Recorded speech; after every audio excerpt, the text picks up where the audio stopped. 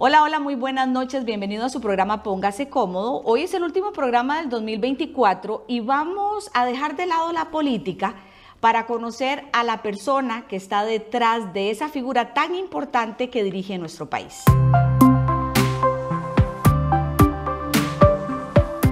Bueno, y ahora sí, ya está conmigo el señor presidente de la República, don Rodrigo Chávez, bienvenido. Muchísimas gracias, doña Patricia, por la invitación. Un abrazo a toda su audiencia. Muchísimas gracias. Como le explicaba un poquito al principio, hoy nos vamos a olvidar de un poquito del presidente y de la política y no vamos a entrar en ninguna controversia de ese tipo. Hoy lo que queremos y lo que pretendo con este programa es conocer a Rodrigo Chávez. Yo sé que le han hecho muchos reportajes, muchas notas, que en campaña, que durante su época ya casi 2 años y un poquito más de presidente de la República, pero quiero repasar un poco, por ejemplo, su infancia. Yo sé que usted vivía ahí como detrás de la Iglesia de la Soledad. Sí, yo vivía de acueductos alcantarillados en el Paseo de los Estudiantes. Yo no sé a quién se le ocurrió cambiarle el nombre al barrio, en el barrio de la Soledad, 100 metros al norte y 25 al este, es decir, entre calles 8 y 10 en Avenida 11. Una casita que habrá tenido 60 metros, 70 metros, de esas casas de zaguán. De zaguán. Con 2 ventanas sin, ¿cómo se llama? Verjas ni nada, dando a la calle, y usted abría la puerta y estaba la acera ahí. Ajá. Ahí nací, crecí por muchos años. ¿Y ahora qué hay ahí? ¿O sigue la casa ahí, o no? No, botaron la casa, que era una casita de madera y bareque, y pareciera, yo paso por ahí, como no está la casa, era la 827. 827 era la plaquita azul que tenía al frente, arriba de la puerta, y ahí lo que veo es como un edificio comercial, una bodega, no sé, pero ya no existe. Y ustedes eran un montón de hermanos, ¿verdad? Eran 7. 7. 6 mujeres. Y el único varoncito, como... El único era usted, digamos como que intentaron tener el varón hasta el número 7. En eso hay muchas leyendas. Yo vacilo a mis 2 hermanas menores, a quienes adoro, y les decía, ustedes eran Gustavo. Yo estaba esperando a Gustavo y me aparece Silvia y Cintia, y es una broma entre nosotros. Mi papá también tenía bromas hacia mí al revés. Ajá. Y una vez se me quedaba viendo y me dice, mira, Rodrigo, tuve 6 mujeres y a vos casi me sale perfecta la camada.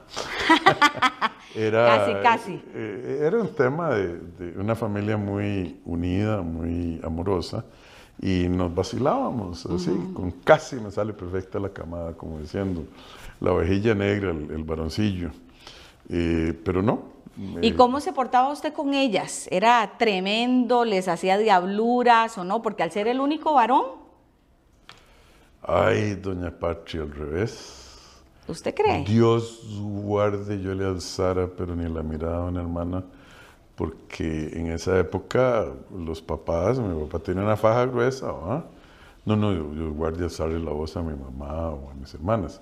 Sí tengo que confesar, Cintia y Silvia, yo sé que todavía me lo reclaman, que una vez les rayé las muñecas, con chiquitillos, 6, 7 años, etcétera, etcétera, y se pusieron a llorar y me llevé una buena, digámoslo, regañada. Trapeada, dirían. Trapeada, pero con cuero.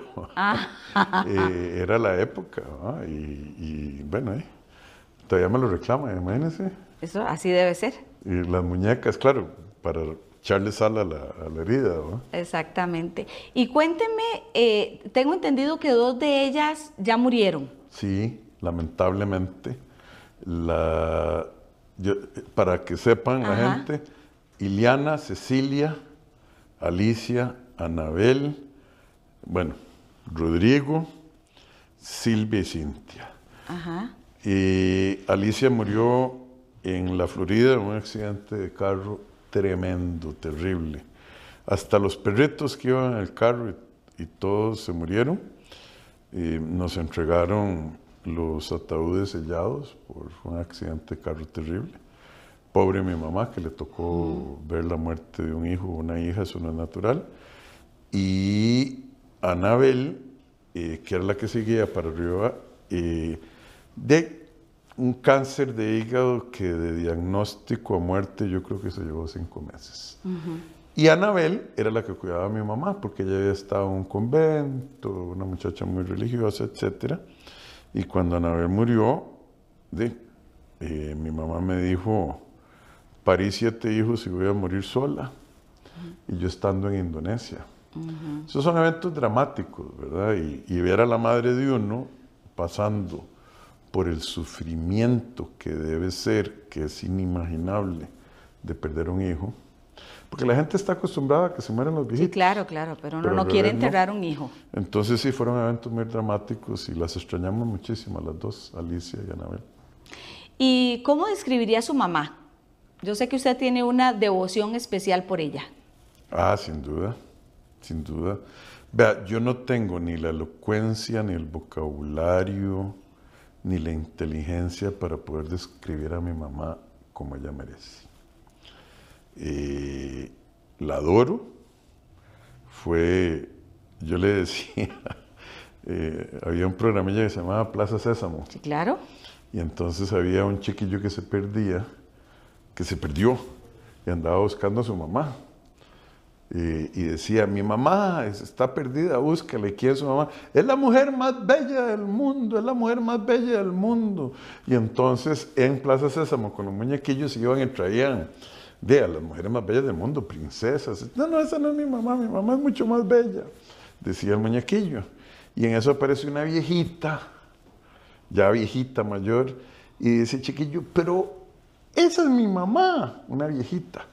Y entonces viene y le dice, pero usted nos decía que era la mujer más bella del mundo. Y dice, por supuesto, no la ve. Alicia Robles Jiménez era la mujer más bella del mundo, la más dulce, una mujer de una inteligencia emocional impresionante, dedicada a sus hijos, virtuosa, trabajadora. Mi papá todavía, yo se lo decía antes de que mi papá muriera, te pegaste la lotería y no el gordo navideño, el jackpot gringo, y se moría de risa, me dice sí. Ella era el centro de la familia. Mi papá, yo lo vacilaba y le decía, es que mi papá era un hombre de los de antes, ¿verdad? De campo, de Atenas. Y entonces yo lo vacilaba y le decía, vos decías ser la cabeza de la familia, pero nunca nos dijiste que mi mamá era el cuello. La que sostenía. No, y la que movía las cosas y siempre lo hizo con muchísima inteligencia, una habilidad emocional, aparte de la inteligencia académica, etcétera, y una habilidad increíble. No, yo no puedo describir a mi mamá más que decir que tuve la mayor suerte del mundo de haber sido concebido, engendrado en esa mujer y por esa mujer y ya. ¿Y papá? Tata igual, lo adoraba. Tal vez un carácter, vea, le voy a contar una historia. O parte no importa, es parte de este programa. No sé si estoy hablando mucho. No. Usted me va a hacer preguntas. Mi mamá era de origen cartaginés. De los Robles de Cartago, hay una parte de la familia que se hizo rica, que era rica. La parte de mi abuelo perdieron la plata, yo no sé por qué, mi abuelo era tapicero, ahí en el barrio La Soledad igual. Pero mi mamá tenía esa diplomacia del Cartago, la fineza de haber tenido abuelos, etcétera, de gente distinguida, acomodada en Cartago. Y mi papá era de Atenas. A los 12 años lo mandaron de Atenas, porque no había colegio, a vivir a Barrio Quito. ¿Cómo se llama ahora Barrio Quito? Era un barrio complejo, ¿eh? Y le alquilaron, porque era lo que alcanzaba, un cuartico en la casa de una señora. Entonces, así como mi mamá era diplomática, mi tata era de franco, directo y al punto. Te podrá echarle la culpa a alguno de los dos sobre cómo soy yo. Sí, ya lo estoy viendo. Era un hombre grande, de ojos verdes, rubio y muy valiente, y muy franco, y muy trabajador, y muy exigente. Justo como solo él. A mí, yo vacilo con eso, de que me daba faja, sí, me daba faja. Pero primero había un proceso judicial de preguntas, respuestas y castigo era un fajazo, usted se para ahí, pum, y vaya. Y aún así, yo nunca dudé que nadie en el mundo, aparte de mi mamá, me amaba más que mi papá. Yo no sé cómo lo logró. Pulseador, crió 7 hijos sin profesión. Pero creo que el ejemplo, uno se enamora también de ese ejemplo. Una honradez absoluta, pero no.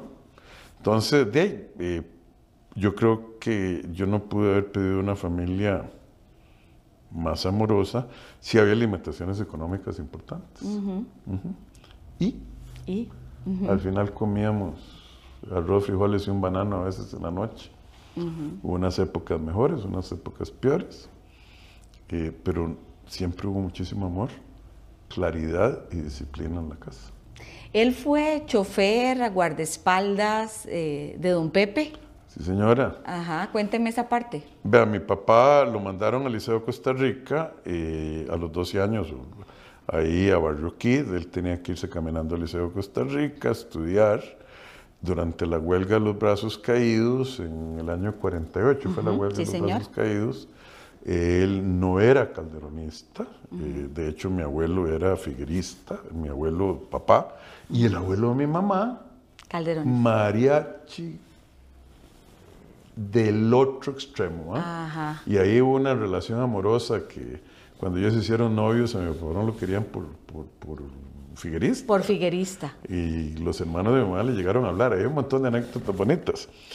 Pero en la huelga de brazos caídos, él con el uniforme del Liceo de Costa Rica, dice él que llegó un tipo de los que ellos llamaban caldero comunistas y con un blackjack, que era una pieza de metal con una bola de acero, y le dijo, grite viva Calderón. Y mi tata dice, no, hombre, y gritó viva Figueres. Y lo dejaron inconsciente en el marco de una puerta en la avenida Central. Carajillo de 17, 18 años, ¿no? Y entonces de ahí se fue para Atenas a decirle a mi abuelo, a Rafael Chávez Castro, le dice, papá, yo voy para ¿cómo se llama? La lucha sin fin, la finca Don Pepe, a los Santos a incorporarme, se incorporó. Al principio le dieron un Mauser 9 milímetros de un solo tiro para ir a pelear. Y en su determinado momento, cuando Don Pepe necesitó escolta, buscó a 4 muchachos que a mi papá le decían Canelo, porque era rubio y de ojos verdes. Canelo Loco, Rodrigo Chávez, un señor que se llamaba Víctor Proti, que no sé qué pasó, un señor que se llamaba Armando D'Ambrosio, que entiendo fue piloto del AXA por muchos años, y otro señor que se llama Ñato Ortiz. Eran los 4 guardaespaldas de Don Pepe, y mi papá, a los 19 años, una cosa así 20, vivía donde vivía Don Pepe, creo que en la casa presidencial que estaba por el Tribunal Supremo de Elecciones, en un cuartillo a la par de Don Pepe durante la Junta de Gobierno. Y no se separó de Don Pepe en un año, no fue a la casa, no, nada. Donde estuviera Don Pepe durmiendo, despierto, mi papá y esos otros 3 señores anduvieron con Don Pepe. ¿Y usted se sintió alguna vez más inclinado hacia liberación, a la unidad? ¿Esa influencia? ¿Qué tanto lo...? O sea, no sé, esa sí es una pregunta difícil. ¿Vio? Y se la voy a contestar así. No me juzgue por mis errores de juventud. De ahí sí, yo fui medio perico. Ajá. Me acuerdo que le fui a ayudar a mi tata en la elección de Luis Alberto Monge. Sí, la primera vez que Luis Alberto Monge perdió con Carazo, ¿en qué año fue? 78. Yo tenía 17 años y mi papá, que todavía era liberacionista, porque mi papá repudió al Partido de Liberación Nacional en el gobierno de José María Figueres. Dijo, yo con estos, y así como hablaba de Franco, no tengo nada ni quiero nada que ver, porque él, José María Figueres, lo desilusionó de una manera que le hizo cuestionarse haber arriesgado la vida por el papá. Y después él rectificó, dice, y me dijo una frase muy linda de la Biblia, o entiendo yo que es de la Biblia: no heredarás el viento ni los pecados de tu padre. Y al revés. Entonces, yo estuve trabajando ahí en Turruares. ¿De guía ahí o de qué? Sí, con un casco verde y una camisetilla verde y blanco. Tenía 17 años, no pude votar. Entonces ahí está mi excusa. Pero bueno, trabajó para Liberación Nacional ahí de guía, abanderado, y en esa época era en San Francisco muy lindo. de Turruares. Imagínense, y uno andaba abanderado y era muy bonita. Era sí. otra cosa la política.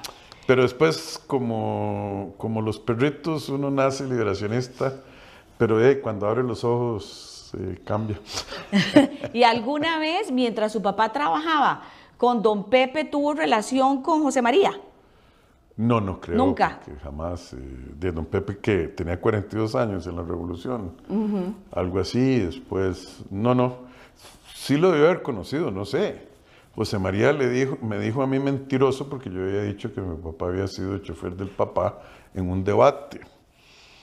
Sí, y ahí fue donde yo le dije: le quedó grande el apellido Figueres a usted y su papá se debe estar revolcando en la tumba. Pero yo no vine a pelear con él, simplemente para mi padre fue un motivo de orgullo enorme. Demostraba su valentía y admiraba a Pepe Figueres el Viejo con una devoción enorme. Su hijo lo hizo abandonar el partido y separarse totalmente por cosas que él vio o intuyó, y sí. Y ahora dígame una cosa: ¿escuela, colegio? Kindergarten justo a Facio, en la Escuela República de Chile en Barrio Luján. Cerquita ahí, yo vivía en Barrio La Soledad. Escuela Edificio Metálico Buenaventura Corrales. Colegio media beca en el Colegio Seminario en Barrio La Cruz. ¿Y sus hermanas estudiaron a dónde? ¿En el María Auxiliadora o dónde fue que estudiaron? Las mayores en el María Auxiliadora, pero mi papá tuvo una crisis económica y entonces no podía pagar. Mi tío Álvaro Chávez Arguedas, que sí fue un hombre de negocios muy exitoso, becó a las que ya estaban en el María Auxiliadora. Fueron las 4 mayores hasta que salieron, y las otras 2 se graduaron del Liceo Laboratorio. Y ahí en el seminario, que siempre fue famosísimo por los deportes y eso, ¿estaba metido usted en Sí, yo jugaba básquet? con la selección, Sí, por la estatura me lo imaginé. Sí, yo jugaba básquet con la selección de seminario. Jaime Peña Sobalbarro, que Dios lo bendiga, era el entrenador. Chiva. ¿En ese entonces eran solo hombres? Sí. Ajá, no era mixto. No, éramos solo varoncitos. Solo varones, ajá. Sí, los curas alemanes todavía estaban, y era un colegio muy diferente, ¿verdad? La disciplina, el uniforme café el uniforme caqui con corbata, y era otra historia. ¿Y la universidad? ¿Cómo entró? Tengo entendido que entró a la Universidad de Costa Rica, que quería estudiar. ¿Cómo se veía ese chiquillo? Vea, ahí le tengo que dar un antecedente. De nuevo, si estoy hablando más de la cuenta, usted me dice. No. Ahí Gato cualquier cosa nos corta. ¿Qué me importa este carajo y qué haya hecho? Gato nos corta cualquier cosa. Vea, yo tengo una dualidad a la que le doy gracias a Dios.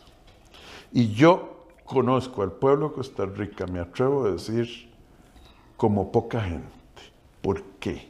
Porque nací y crecí en el centro de Chepe, porque es la verdad, en un barrio de clase media baja.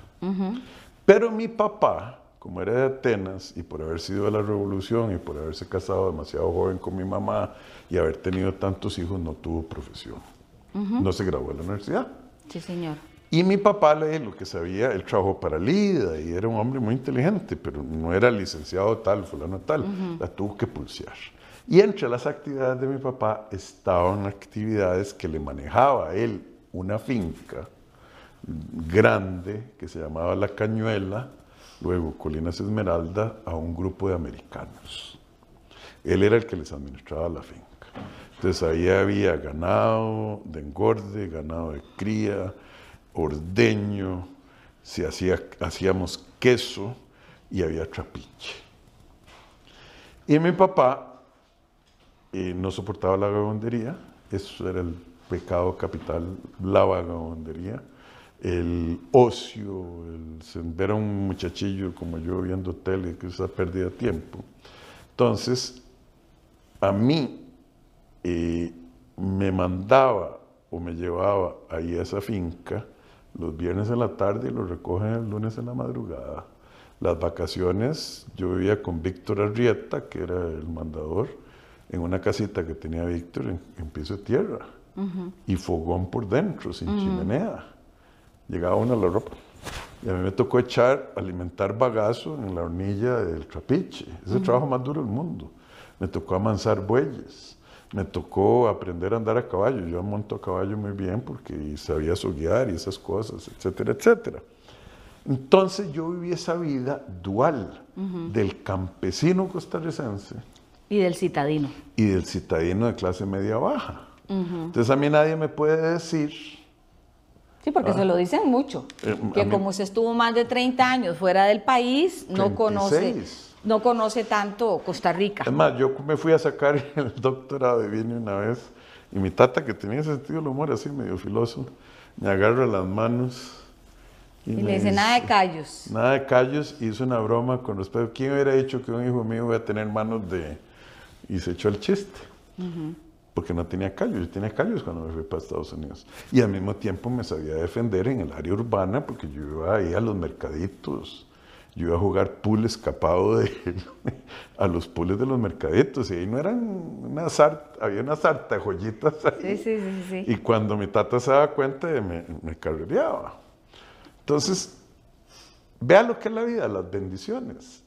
Para mí es una bendición porque presumo que conozco el alma, la cultura y la mentalidad del pueblo costarricense como nadie o como muy pocos en este país, porque viví la experiencia. ¿Y qué quería estudiar? El sueño mío era tener una finca de ganado. ¿Una finca de ganado? Sí, yo quería ser ganadero, ese sueño mío. No es que me encantaba andar a caballo, vacunando. Ahí va el Frente Amplio a decir que yo soy un sabe qué. Yo castraba novillos. Entonces, ¿como de veterinario o algo así? No, pues eso lo hacen los campesinos, cabecear la avena. No, yo no quería ser veterinario, yo quería ser ganadero. Ganadero. Y entonces me fue muy bien el examen de admisión de la U, porque tan tonto no era. Y me fue muy bien.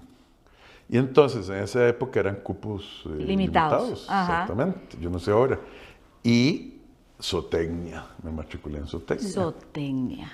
Entonces, si usted va a los registros, yo quería ser ingeniero, agrónomo, zootecnista, porque según yo algún día iba a tener una finca de cría de engorde de ganado. Obviamente.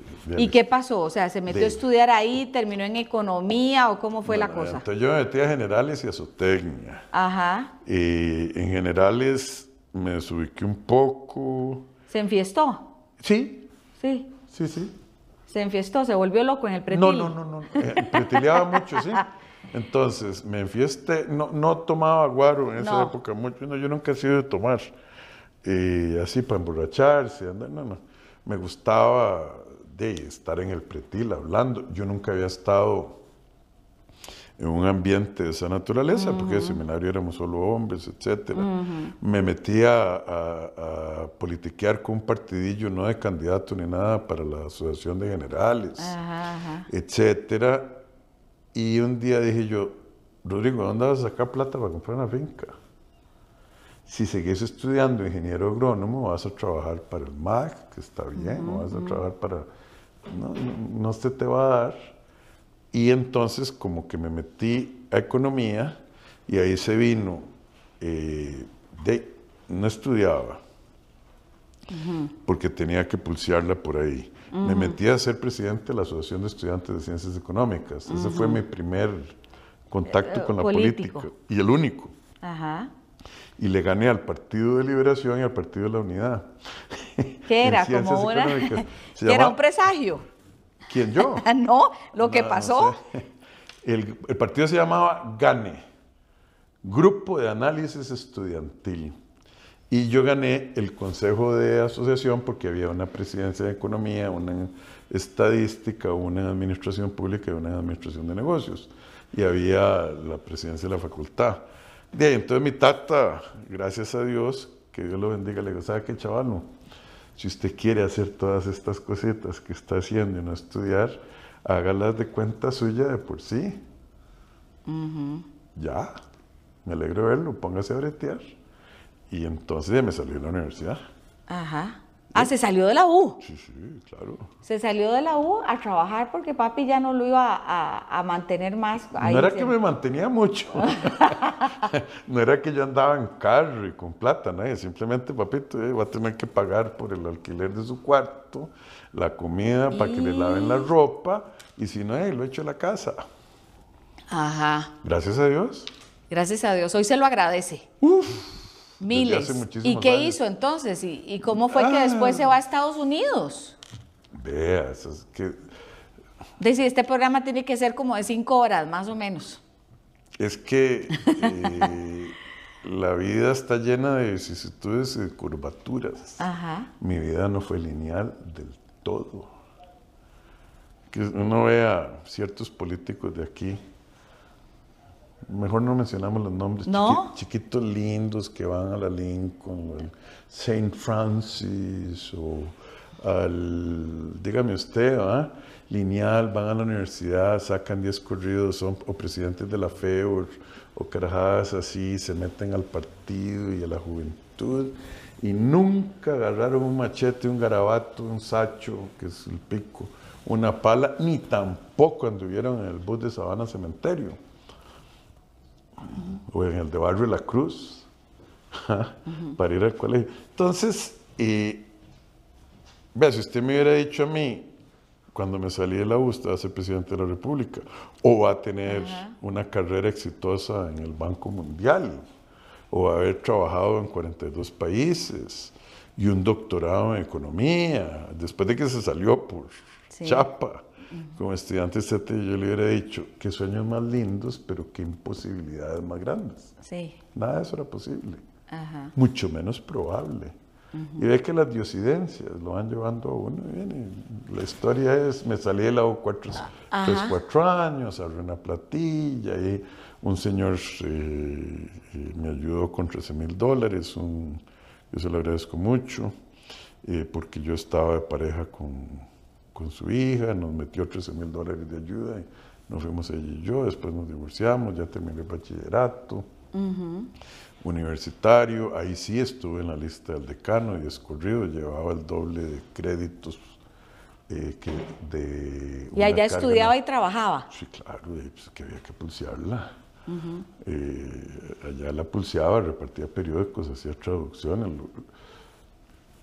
lo que hubiera, y bueno, lamentablemente con esa muchacha nos divorciamos, nos separamos. Y ya yo entonces, porque saqué muy buenas notas, obtuve becas en varias universidades. Ajá. Me quedé ahí en Ohio por razones de familia y saqué el doctorado y vea qué raro. Un día llegó el Banco Mundial y me dice, necesitamos que nos haga esta consultoría. Ajá. Y escribí, no, fue así. Junto con don Claudio González Vega, quien yo le agradezco muchísimo, el famoso economista costarricense, que era profesor de la Universidad de Ohio y medio pariente mío en aquel entonces, él consiguió un contrato grande de investigación en Indonesia. Y yo estaba ya en el doctorado y no sé qué cosas. Entonces me dijo, ayúdeme en esto. Y yo me fui para Indonesia 12 meses, no sé qué cosas. 12 semanas a trabajar. Ahí fue la primera vez que fui a Indonesia. Imagínense, tenía que 30 años, 31, ni me acuerdo, el año 91. Y después de eso, yo hice el trabajo, don Claudio supervisó, obviamente mejoró, y publicamos unos artículos en revistas profesionales, lo que llaman peer review journals. Y un día me llaman del Banco Mundial. Y salió una consultorita aquí en México. Una consultoría grande. Grande. y usted, queremos que usted lo haga. A los diablos, digo yo, está bien, pero yo no he terminado la tesis de doctorado. Dice, tiene que estar aquí el 23 de marzo. Y eso era como en noviembre y diciembre. Entonces me volví loco, ahí sí me volví loco y todos los días me levantaba a las 11 de la mañana y terminaba a las 5 de la mañana, 4:30, escribiendo mi tesis de doctorado. Y la saqué, creo que en 3 meses. La defendí y al día siguiente me fui para Washington. Vamos a quedarnos ahí porque tengo que ir a un corte comercial. Sí, yo estoy hablando más de la cuenta porque me puso melancólico de mi juventud y de mi vida. Qué tirada, ¿verdad? Así es este programa.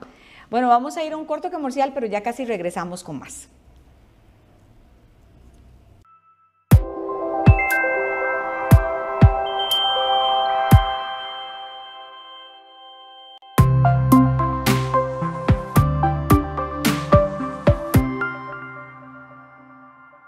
Muchísimas gracias por seguir con nosotros en esta entrevista que tenemos con el presidente de la República, donde estamos dejando de lado al político y estamos conociendo parte de su historia de vida. La verdad es que hemos conocido un montón de cosas que la gente ni se imaginaba, don Rodrigo. Y que yo a veces ni me acordaba. ¿Ves?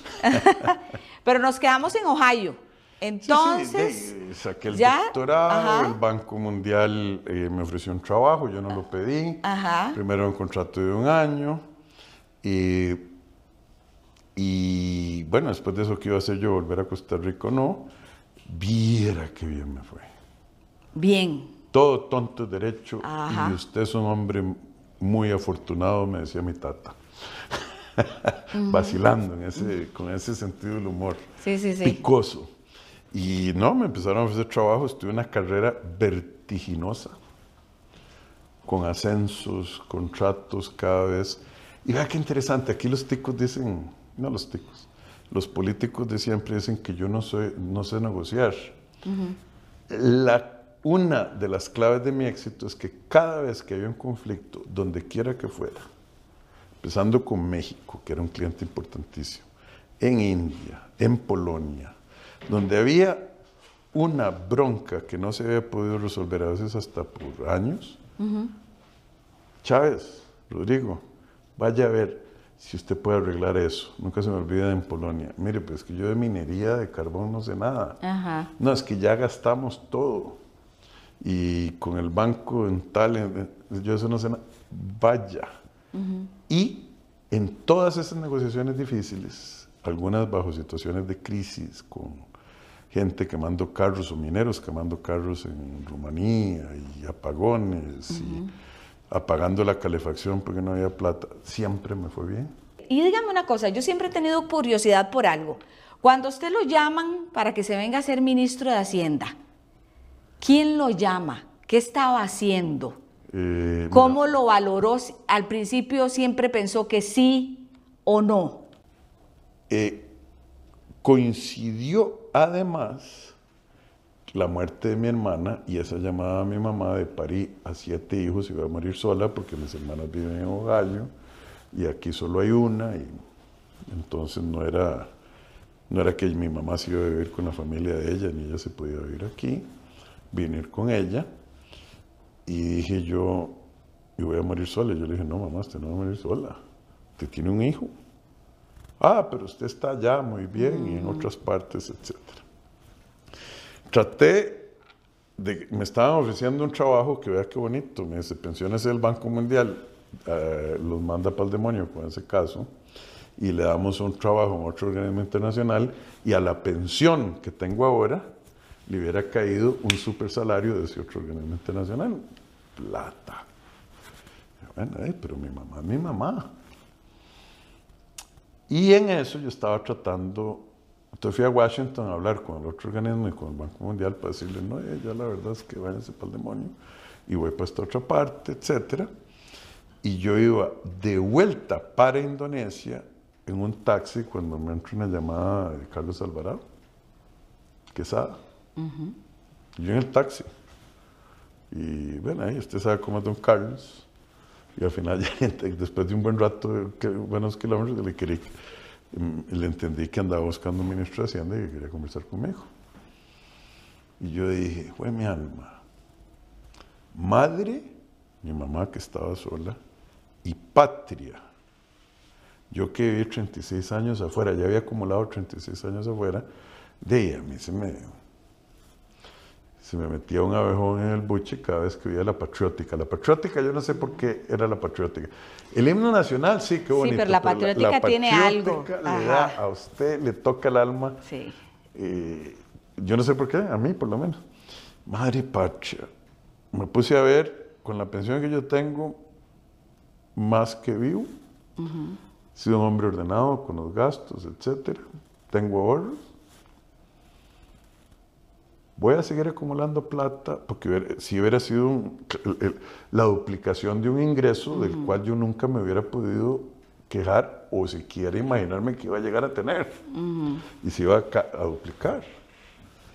Y al final volví a llamar a mi mamá y le dije, vea mamá, hay otro elemento, que yo de vago no puedo estar.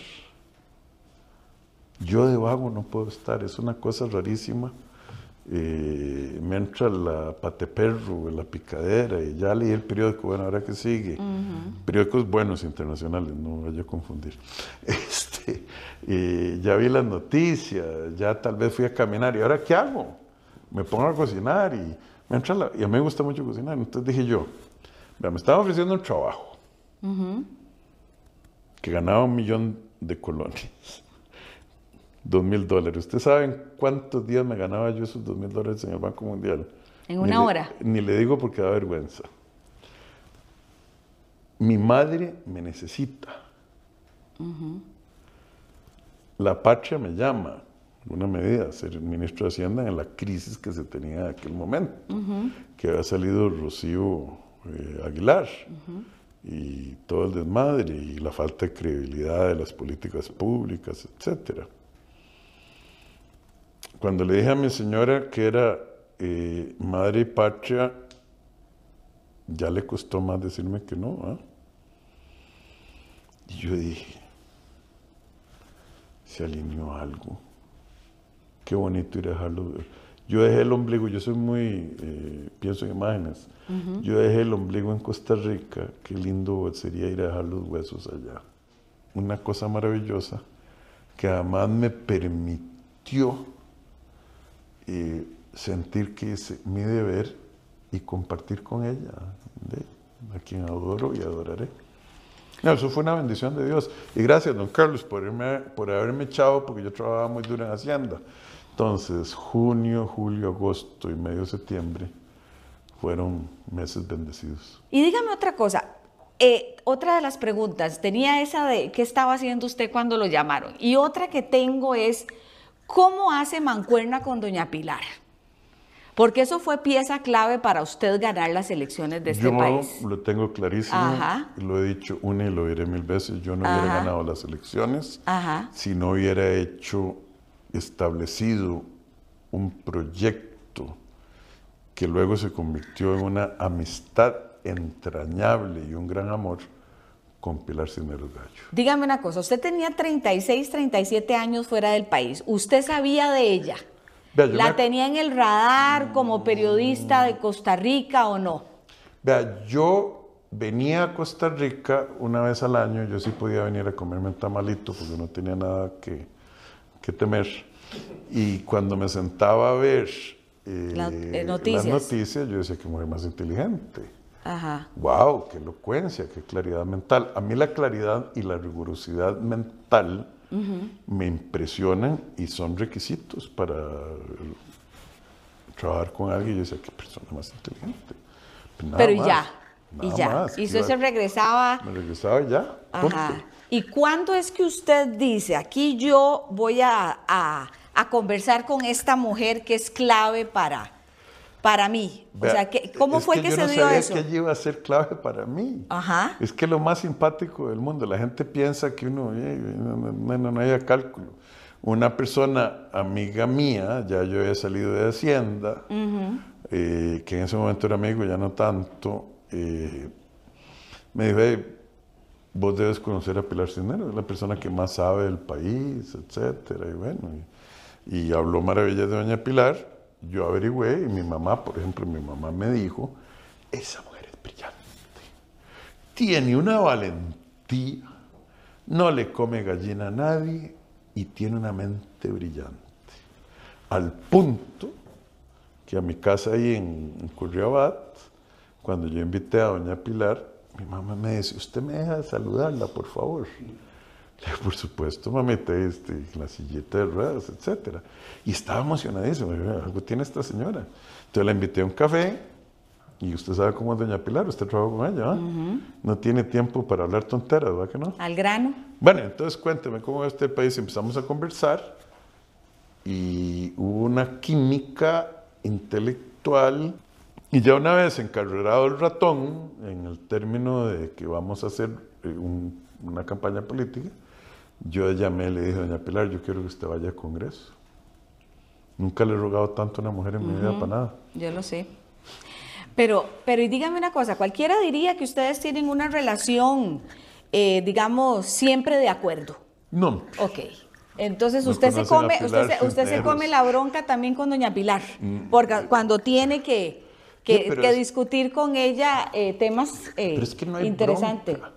Vea, Pilar Cisneros y doña Pilarcita no se enoje conmigo, se lo digo viéndole a los ojos. Doña Pilar Cisneros a mí me regaña. ¿Y usted cree que yo voy a decirle, doña Pilar, yo soy el presidente? A mí usted no me puede hablar así. No, hombre, la oigo, la escucho y le digo, doña Pilar, ¿sabe qué? De la regué. Le pido disculpas. El otro día me regañó. Esta semana lo regañó. Sí. ¿Cuándo fue la conferencia de prensa? Ayer en la noche, ¿va? El miércoles. El miércoles. Me regañó. De una manera muy linda. Pero con la claridad de ella, le tiene razón, doña Pilar. Yo le voy a pedir disculpas a fulano, perencejo y mengano, ya, porque me equivoqué y se lo reconozco. ¿Y? ¿Cómo se ve? O sea, yo sé que ya falta poco para terminar. ¿Cómo se ve? Irme a trabajar afuera por mucha plata, hacerle más plata a alguien y acumular más patrimonio yo. A veces me pregunto para heredárselo a los yernos o a las hijas, yo no sé. Dedicarme a disfrutar la vida de una manera ociosa, lectura, ponerme en forma otra vez. Yo no era tan gordillo, tan panzón. Aquí en Costa Rica, irme al extranjero o seguir luchando por la patria. Usted me conoce. Haga usted sus especulaciones y sus quinielas y veremos. Yo a veces me pregunto, ¿ese es Rodrigo Chávez o es un personaje? De ahí, se la puedo devolver, pero me va a portarme bien con usted. Sí. No, y no sería respetuoso, No, nada más se la puedo. Son separables, Rodrigo Chávez y el personaje. ¿Usted cree que Dustin Hoffman pudo haber sido Henry V, iba a decir en inglés, porque vi la obra? ¿Usted cree que Dustin Hoffman hubiera podido ser Enrique V toda la vida? O ser Laurence Olivier, Ricardo Corazón de León toda la vida. Los personajes se agotan cuando se agota el libreto. Y aparece el actor. Sir Laurence Olivier, Dustin Hoffman, Sir Charles Lofton, para hablar de los grandes actores clásicos. Hasta ellos se les acaba el personaje. Usted no puede separar a Rodrigo Chávez, del hombre público, presidente, del carajillo del barrio La Soledad, o el que ordeñaba vacas y hacía queso, cortaba queso, como decimos en el campo, ahí en San Antonio de Barranca Naranjo. ¿Anda un jaguar ahí? Sí, claro. No, de este lado. Sí. ¿Y qué pasó con el jaguar? ¿Sigue siendo usted ese jaguar? No. El jaguar, buena pregunta para explicarle a mucha gente. Las culturas, la incaica y las un poco menos sofisticadas como en el Brasil, todas tenían en su cosmovisión al jaguar como un ser supremo, especial, independiente, con fortaleza, con dominio de su ambiente, con dominio de su futuro y su territorio. Además de que es un animal hermoso. hermoso. ¿Y en qué se parece Rodrigo Chávez a ese Chávez jaguar? No se parece a nadie, ni nada. No estoy queriendo rajar que yo soy un jaguar.